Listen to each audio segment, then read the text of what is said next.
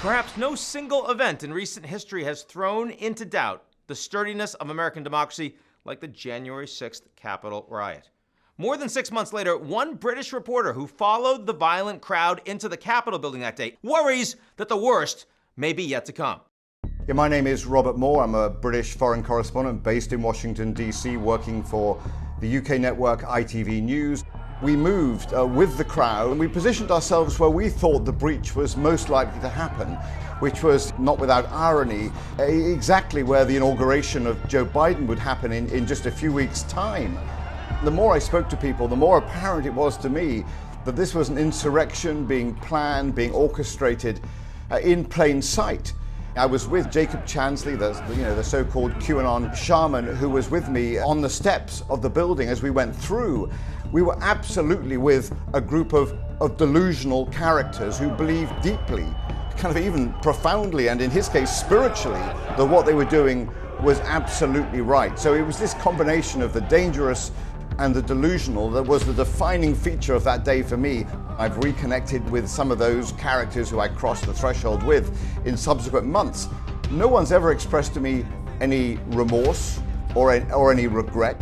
What was really distinctive about this, not only was this happening in the US Capitol, the great citadel of democracy, the sort of shining city on the hill, in that case literally on the hill, where so many countries look to for stability and for sort of democratic inspirations, was the level of delusion, fury with the government.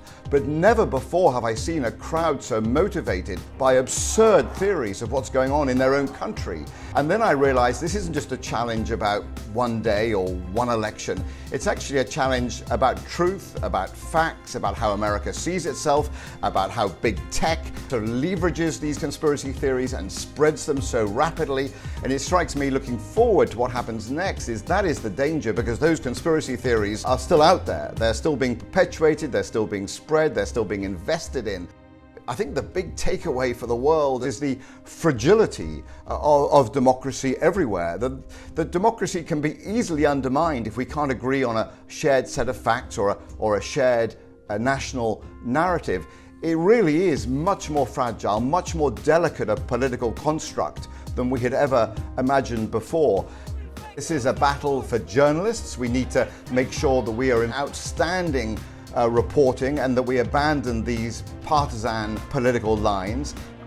It's a challenge too for citizens to try and turn away from the toxic morass of conspiracy theories that are circulating. And there needs to be a national conversation based on facts and on truth. And it won't be won, this battle, in a week or in a presidential term, or even won by a House Select Committee investigating January the 6th.